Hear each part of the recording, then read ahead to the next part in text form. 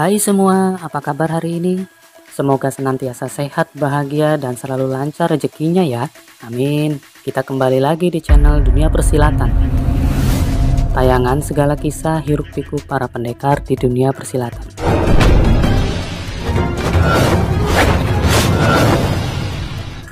Kisah kita kali ini adalah tentang seorang anak yang berjuang mengasah kemampuannya demi membalaskan dendam sang ayah yang telah dibunuh dengan racun. Musuh yang akan ia hadapi adalah pendekar terhebat saat ini. Bagaimana ia mampu mewujudkannya? Langsung aja kita saksikan ceritanya ya. Ini dia.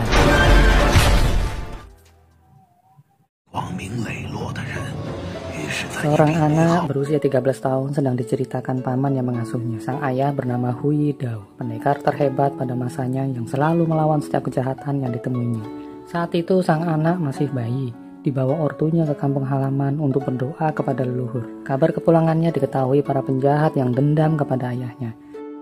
Sampai di penginapan Batong telah berkumpul begitu banyak pendekar. Mereka kemudian menyerang Hui Dao ayahnya.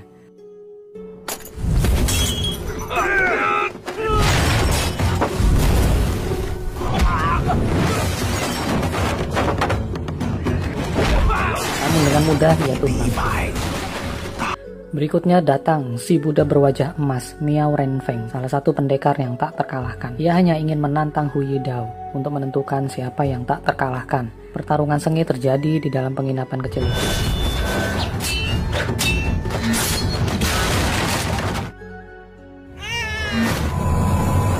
Namun terpaksa dihentikan di tengah-tengah oleh Miao Renfeng karena tangisan anak Hui Dao yang membuat Hui Dao tidak konsentrasi.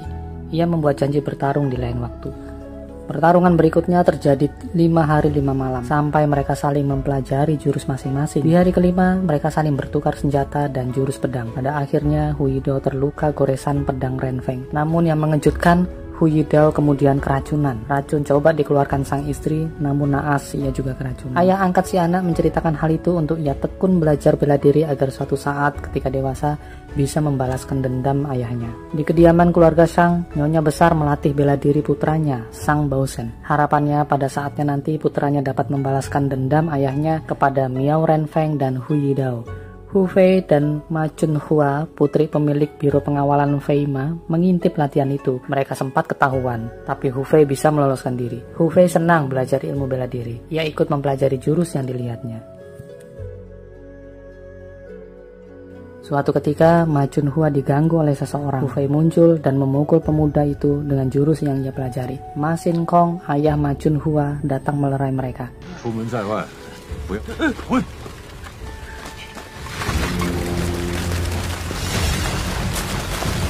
Kemudian muncul para perampok yang dipimpin oleh Yang Ji. Orang ini dulu pernah hendak mencelakai Hu Fei kecil dan pengasuhnya. Yang Ji terang-terangan meminta sebagian perak yang sedang dikawal Ma Xin Kong. Perkelahian kemudian tak terelakkan.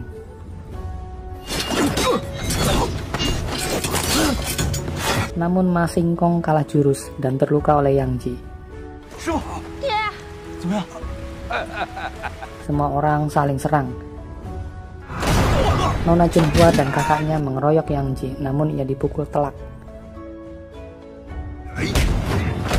Hu Fei tak tahan, cuma menyaksikan. Ia datang tiba-tiba memukul Yang Ji. Yang Ji balas memukul Hu Fei. Di saat genting, tiba-tiba muncul seseorang menyelamatkannya.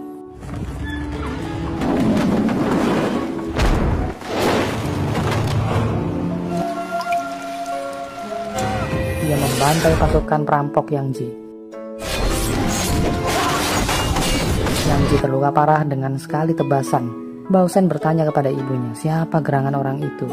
Si ibu menjawab dengan amarah, ia adalah Miao Renfeng. Renfeng sempat menanyakan kondisi Hu Fei.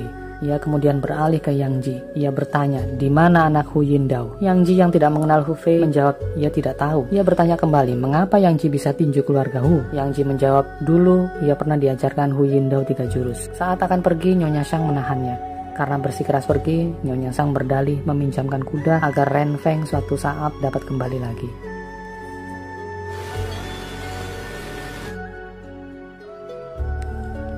Di dalam kamar, ayah angkat menjelaskan siapa Miao Renfeng sebagai sang pembunuh ayah Hu Fei, Hu Yindao. Ia bersekongkol dengan Yang Ji menaruh racun di pedang Yindao yang menyebabkan Yindao dan istrinya tewas.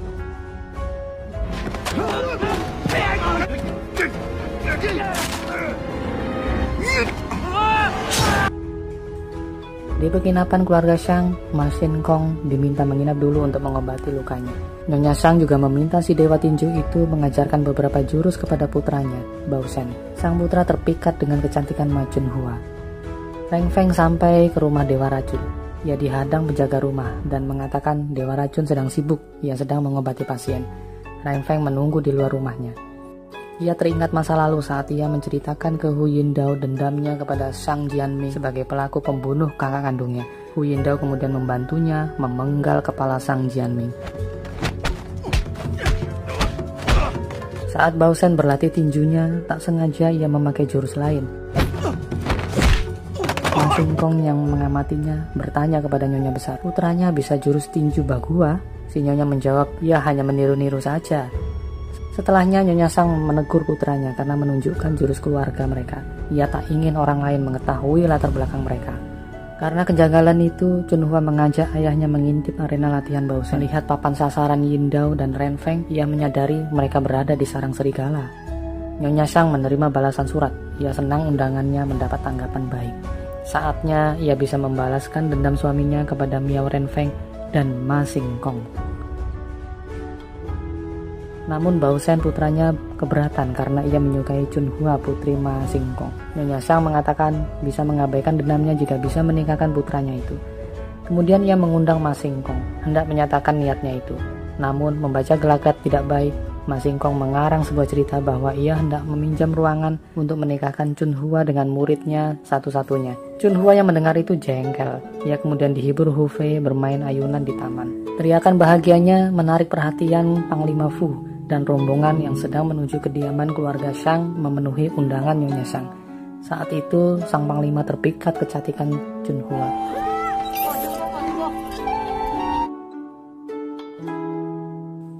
Di lembah racun, Renfeng sudah tidak sabar lagi. Hari sudah gelap, ia menerobos masuk. Di dalam sang dewa racun ternyata masih mengobati pasien. Renfeng keluar kamar lagi, ia menunggu lagi di luar. Tak lama, ia bertemu dengan tuan rumah itu. Ia mengeluarkan sapu tangan dengan bercak darah. Sapu tangan milik Nyonya Yindao untuk mengusap luka saat bertarung dengannya. Ia menanyakan jenis racun apa dan siapa yang memakai racun ini. Dewa racun meminta syarat. Renfeng disuguhkan secangkir minuman. Jika Renfeng mau menukar info dengan nyawanya, maka ia akan memberikan informasinya. Tanpa pikir panjang, Renfeng meminum habis isi cangkir. Setelah itu, Dewa Racun menjawab ia tidak tahu siapa pelakunya.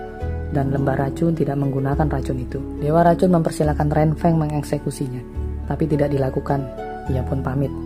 Setelah mengikuti jejak Yang Ji, Hu Fei dan ayah angkatnya menemukan juga rumah Yang Ji. Ayahnya itu hendak mencuri kembali kitab jurus keluarga Hu yang dulu dicuri Yang Ji. Saat Yang Ji dan pasukannya sedang tertidur pulas, sang ayah menyelinap masuk dan mencuri buku kitab itu. Namun Yang Ji terbangun karena bunyi guci pecah. Ia melihat ayah Hu Fei memegang kitab miliknya. Mereka kemudian menyerbunya. Saat ayahnya sudah berada di halaman rumah Yang Ji, Hu Fei membantu ayah angkatnya itu untuk kabur. Namun panah yang dilepas Yang Ji menancap di tubuh sang ayah.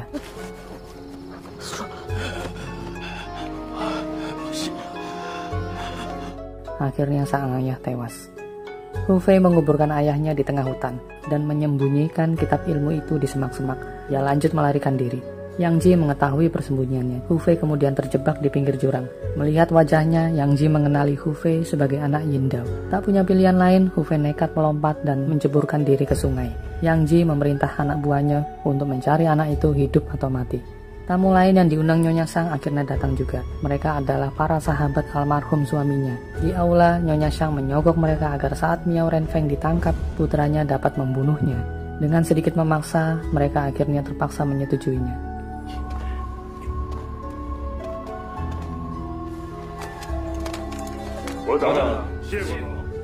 Renfeng sedang beristirahat di pinggir sungai. Ia melihat tubuh mengapung di tengah sungai dan kemudian menyelamatkannya. Yang tak lain tubuh itu adalah Hu Fei. Saat tersadar, Hu Fei langsung menyerangnya. Miao Renfeng menawarkannya untuk menjadi murid, namun ditolak Hu Fei. Ia memberinya sebotol arak dan langsung dihabiskan Wu Fei sampai tak sadarkan diri. Ren Feng kemudian membawanya ke kediaman Xiang untuk mengembalikan anak ini kepada Ma Xingkong. Di satu kesempatan Chun Hua bertemu Panglima Fu di sebuah gubuk. Panglima Fu mengungkapkan isi hatinya. Sejak awal bertemu, mereka berdua memang telah saling terpikat. Sampai di kediaman Xiang, Miao Renfeng menyerahkan Wu Fei ke Ma Xingkong. Saat hendak pergi, Nyonya Sang menahannya dengan berbagai alasan. Miao Renfeng melihat maksud tidak baik sambil membaca papan nama kediaman keluarga Shang. Nyonya Sang mengundangnya makan di perjamuan dengan tamu lainnya. Satu persatu tamu datang mengenalkan diri. Tamu terakhir yang datang adalah Panglima Fu. Di luar perkiraan, sang Panglima malah menawarkan jabatan kepada Miao Renfeng, tapi jelas-jelas ditolak olehnya. Panglima Fu menahan amarah dan keluar ruangan sambil memerintahkan untuk mematahkan kaki Miao Renfeng. Situasi kembali tegang. Ma Xingkong datang bersulang kepada Renfeng sambil membisikkan kepadanya untuk segera keluar dari ruangan itu. Di sebuah ruangan, Wu Fei yang baru tersadar dari mabuk karena alkohol yang terlalu banyak ia minum dihadang tiba-tiba oleh Yang Ji. Ia menanyakan kitab pedang yang dicuri ayah angkatnya itu. Setelah diancam, Wu Fei menjawab kitab itu berada di aula bela diri kediaman Shang. Yang Ji kemudian mengiringnya ke sana. Belum sampai lokasi, Wu Fei berhasil kabur. Yang Ji mengejar tapi kehilangan jejak. Ia bertemu dengan Nyonya Sang. Dan ternyata mereka berdua bersekongkol.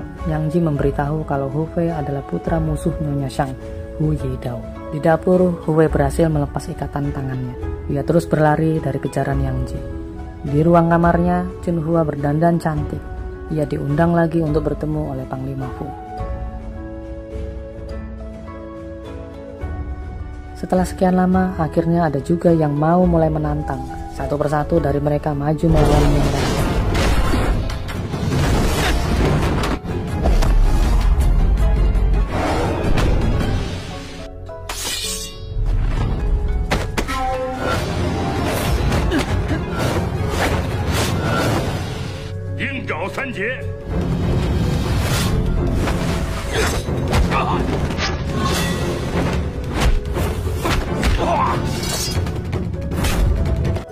Namun semua dikalahkan dengan mudah.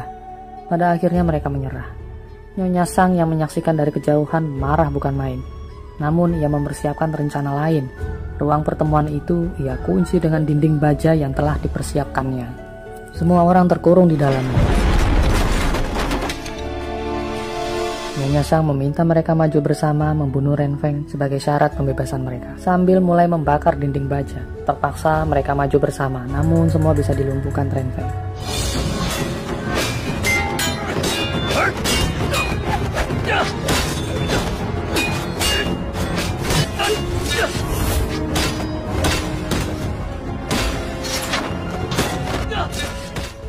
Di sisi lain, Wu Fei terjebak di ruang aula bela diri. Di sana ia dihajar habis-habisan oleh Yang Ji.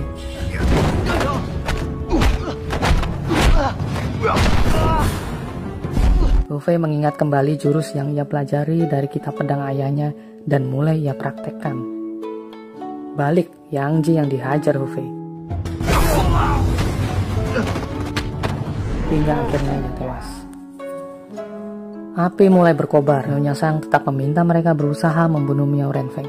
Tapi tak seorang pun yang masih punya nyali. Wu Fei yang menyaksikan dari jauh tak rela Renfeng mati begitu mudah. Wu Fei mendorong sebuah gerobak berisi gentong air besar menabrakkan ke kobaran api. Para pengawal menyerangnya. Dengan susah payah Wu Fei berhasil menumbangkan mereka hingga putra Nyonya Sang turun tangan. Tapi Wu Fei diajarkan kelemahan jurus tinju Bakua oleh senior yang sedang terkurung. Akhirnya Bao Shen kalah. Ganti Nyonya Sang turun tangan. Saat itu Wu Fei diajarkan beberapa pedoman dari Miao Renfeng.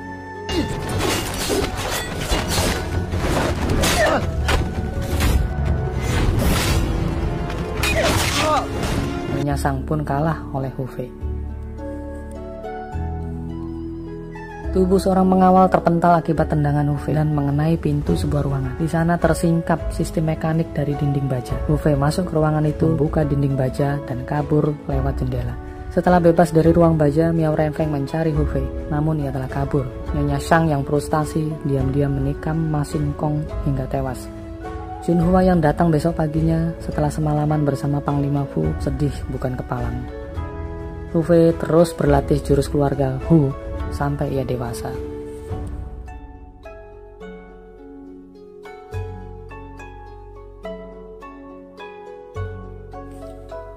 Miao Renfeng tiba di penginapan Batong. Sudah kebiasaannya, setiap tahun ia memperingati pertemuannya dengan Hu Yidao. Kemudian datang seorang pejabat dan putrinya. Semua orang diminta menyingkir dari ruangan itu. Tak lama setelahnya datang seorang yang dipanggil adik oleh pejabat tersebut. Sang adik menanyakan barang persembahan kakaknya itu yang akan diserahkan untuk kaisar, sebuah pedang terkuat. Salah satu tamu nyeletuk tidak percaya ketajaman pedang itu. Sang adik pejabat menggunakan pedang itu untuk memotong pedang tamu. Secara mengejutkan, ia lalu memenggal kepala sang pejabat. Putri yang menyaksikannya langsung pingsan. Melihat kekacauan itu, pemilik penginapan meminta perlindungan Miao Renfeng. Perkelahian terjadi dan semua penjahat dibunuh olehnya.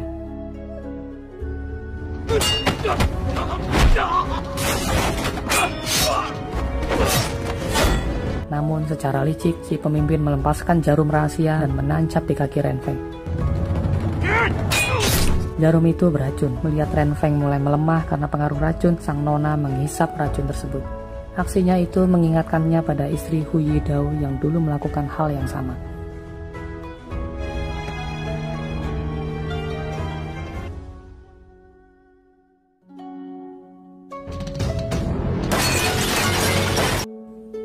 Tak lama muncul penjahat lain menyerang.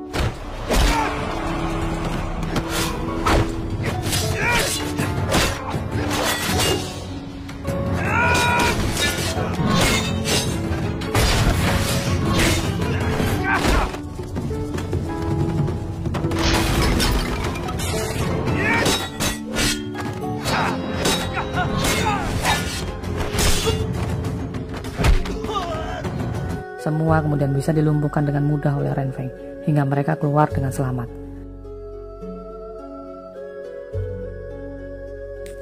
Renfeng membawa nona itu ke sebuah gua, makam Hu Yidao dan istrinya. Nona itu meminta Renfeng menjaga pedang ayahnya itu.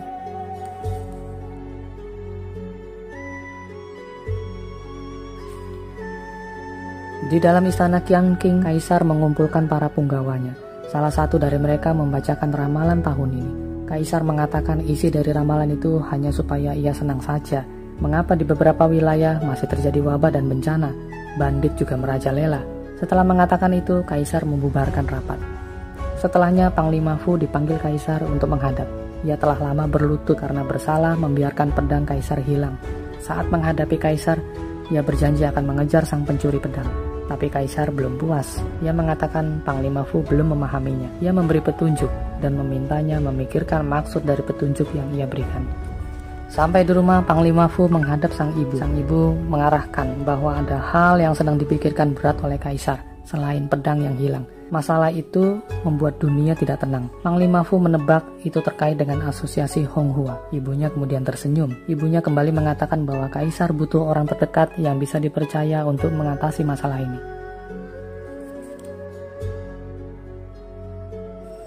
Hu Fei sampai di perbatasan Foshan, kampung halaman ayah angkatnya. Ia mengantarkan abu ayah angkatnya untuk ditaburkan di Foshan.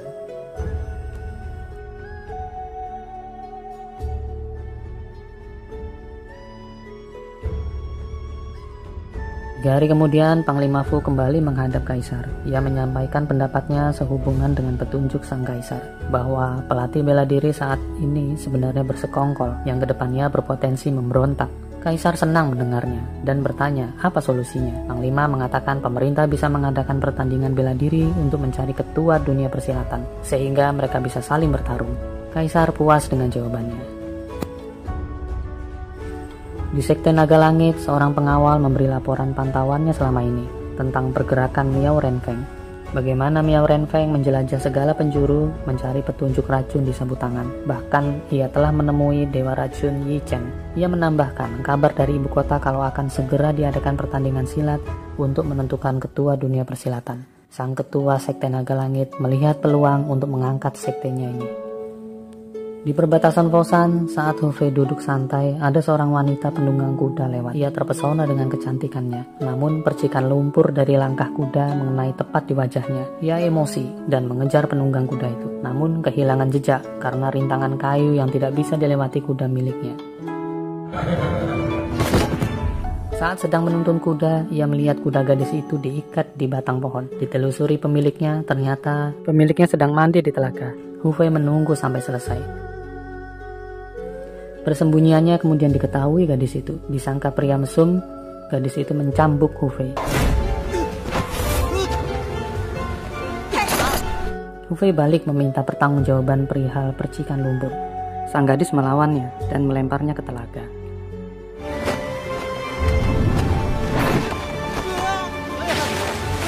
Barang milik Hufei disita, sambil mengatakan Hufei bisa menemuinya di Fosan. Tak punya baju, akhirnya Hufei mencuri baju orang-orangan sawah. Tak punya uang dan kelaparan, sampai di Fosan Hufei berebut makanan sumbangan. Saat hendak disantap, ada seorang anak kecil memintanya. Ia bagi 2 kuenya. Anak kecil lain mendekat dan meminta sisa bagiannya. Akhirnya ia berikan juga.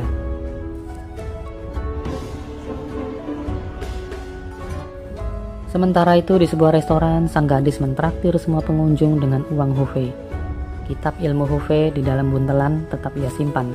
Tak lama kemudian terdengar orang menangis di kuil Kaisar Utara. Orang itu meminta keadilan untuk suaminya yang ditahan karena tuduhan mencuri angsa oleh keluarga Feng. Sang gadis bertanya kepada pengunjung di restoran apa yang sedang terjadi. Mereka tidak berani menceritakannya. Setelah diancam, akhirnya mereka ceritakan semua bagaimana keluarga Feng menguasai kota dan pejabat setempat.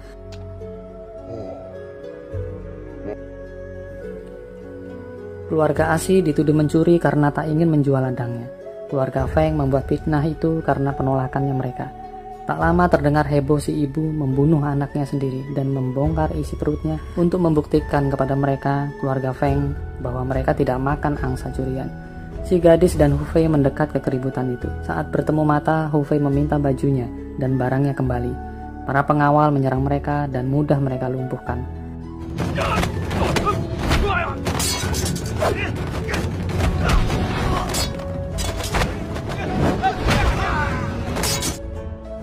Saat si gadis hendak mendatangi keluarga Feng, Hufei memberi saran. Mereka bisa mengobrak-abrik bisnis keluarga Feng hingga Tuan Besar Feng datang sendiri ke mereka.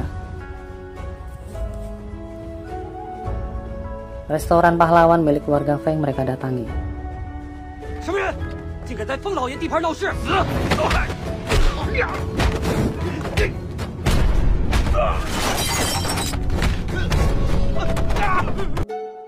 Para penjaga mereka lumpuhkan dan bertanya bisnis keluarga Feng mana yang paling besar. Mereka mengatakan pegadaian pahlawan. Hufei dan sang gadis mendatangi yang dimaksud sambil membawa tahanan.